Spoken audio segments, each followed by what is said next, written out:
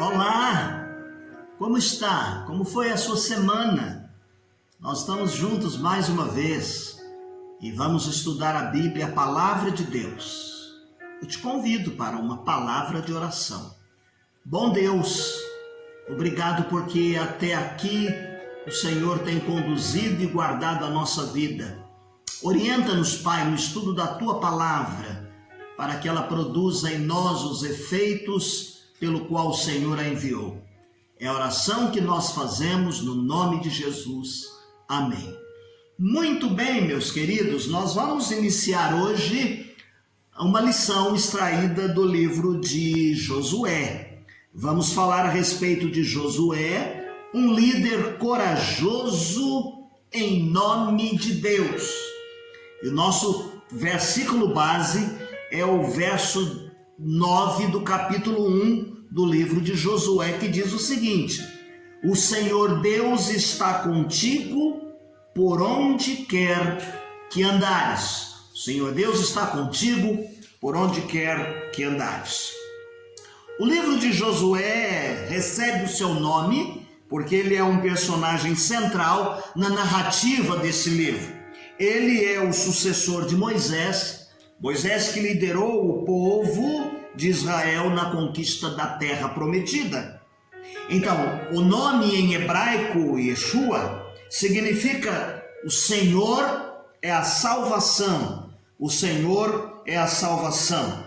E nós percebemos aqui, meus queridos irmãos, que este livro, o livro de Josué, então, ele traz muitas evidências a respeito da vida de Josué, ainda que algumas coisas tenham sido registradas no final dele, como a sua morte, por exemplo, que está no capítulo 24, do 29 a 33, mas o livro é atribuído a Josué, tendo ele escrito esse livro, ressaltando então esta parte final que nós exemplificamos como sendo uma atribuição ao livro posterior. O livro contém fontes contemporâneas a Josué, capítulo 5, verso de número 1, capítulo 6, o verso de número 25, o capítulo 8, verso de número 32, o capítulo 18, verso de número 9, o capítulo 24, o verso de número 26. Claro que há coisas que vão aparecer depois como sendo um período posterior à vida de Josué, mas nós vemos que realmente as fontes são dignas de confiança, não são contraditórias e inconsistentes. Elas foram reunidas, escritas sob a supervisão do Espírito Santo de Deus. Nós cremos que o autor por excelência está por trás de Josué, e das fontes que foram colocadas aqui é o Espírito Santo de Deus, o que torna o livro uma mensagem unificada para o povo de Deus. Há uma pergunta que tem sido feita, não para te trazer confusão, mas talvez para o seu enriquecimento. É um livro histórico ou um livro profético? De acordo com a classificação canônica utilizada pelas tradições ocidentais, a Bíblia traz o livro de Josué como livro histórico. Você, como eu, aprendemos desde a nossa classe lá de juniores, as professoras nos disseram que ele fazia parte dos livros históricos, que incluem, além de Josué, Juízes, Ruth, 1 e 2 Samuel, 1 e 2 Reis, 1 e 2 Crônicas, Esdras, Neemias e Esther. Aprendemos isso desde a nossa adolescência. Mas se nós olharmos o cânon hebraico, ele tem 3 divisões. Ele fala a respeito da lei, dos profetas e escritos. Então ele vai trazer aqui uma classificação diferente para o livro de Josué. Ele vai colocar dentro do cânon hebraico Josué e Juízes, ele omite Ruth ele fala em 1 e 2 Samuel, 1 e 2 Rei, colocando-o como livro profético, Porque ele vai fazer uma divisão entre os profetas anteriores e os profetas posteriores. Os profetas posteriores são Isaías, Jeremias, Ezequiel e os 12 profetas menores. Mas eu quero frisar aqui e afirmar que, apesar dessa designação que nós encontramos dentro do cânon hebraico, fica para nós aqui que Josué realmente traduz e condiz mais como sendo um livro histórico, dada a realidade do seu conteúdo. É a ação de Deus na história. É sempre realizada com um propósito redentor. Deus remiu, redimiu, extraiu o povo lá da terra do Egito para colocá-lo na Canaã celestial, na Canaã terrena. E nós temos essa aspiração também de que Deus tem um propósito, e a ação de Deus na história também tem um propósito redentor e redentivo para nós também. Qual seria aqui então o tema central? Sobre a liderança de Josué, o povo então ele vai entrar na terra prometida, a terra que foi prometida aos ancestrais, e Deus disse isso com muito cuidado e critério. Uma das coisas que é frisada aqui logo no início: não se aparte o livro da lei da sua boca. Eles deveriam observar e ter cuidado em toda a trajetória. Quando nós falamos de Canaã, nós a assemelhamos como sendo uma herança do cristão em Jesus Cristo. Quando nós falamos em Canaã, representa aqui a herança que Deus dá ao crente, pelo qual nós nos apropriamos pela fé. Uma vida vitoriosa é constituída não só de batalhas, mas de bênção. Uma alusão aos Hebreus capítulo 4 e o capítulo 5, ele vai dizer, meus queridos irmãos, que Canaã é uma descrição do crente para uma vida vitoriosa, uma vida de descanso, O que nos preocupa é que muitas vezes muitos ainda vivem uma vida espiritual como se estivessem entre o Egito e Canaã. Aqui estamos falando em linguagem figurativa. Muitas pessoas estão vivendo a sua vida cristã como que ainda não foram libertos da escravidão do Egito. Ainda não se apropriaram desta bênção pela fé, que é a herança que Deus nos dá. A herança do descanso, a herança da vitória, a herança de uma vida prometida por Deus. Então, quando nós olhamos o livro de Josué, nós aprendemos como devemos tomar posse desta herança. Ao olhar para o livro de Josué, nós traímos esse tema maravilhoso para a nossa vida. Como tomar posse desta herança? Deixe-me enumerar algumas coisas dentro do propósito e da teologia do livro. Primeiro, o livro de Josué ele descreve a vitória do povo de Deus. Ao tomar posse da terra de Canaã, nós vamos ver o livro descrevendo a posse e a continuação, pelo qual eles vêm vindo através desta peregrinação do Egito até a terra prometida.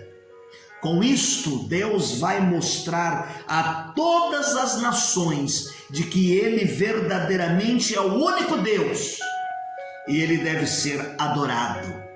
Capítulo 2 de Josué, o verso de número 11, diz assim: ouvindo isto, desmaiou o nosso coração, e ninguém mais há ânimo algum por causa da vossa presença, porque o Senhor vosso Deus é um Deus acima dos céus e embaixo da terra.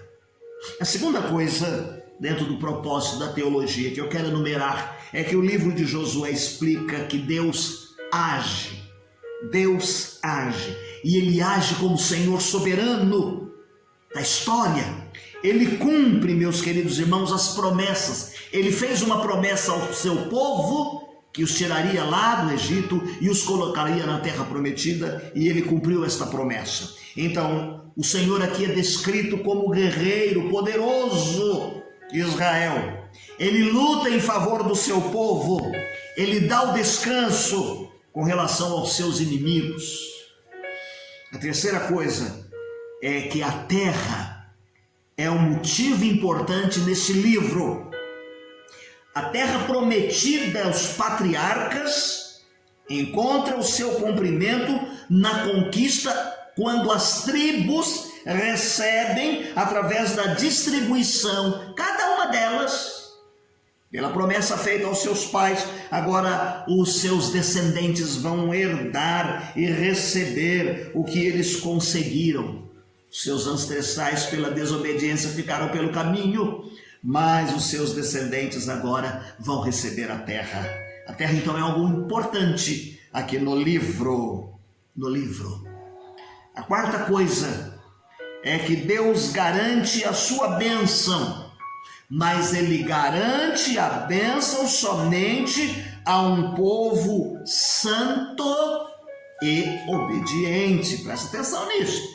Santo e obediente. Está no capítulo 3, o verso de número 5, no capítulo 4, o verso de número 10.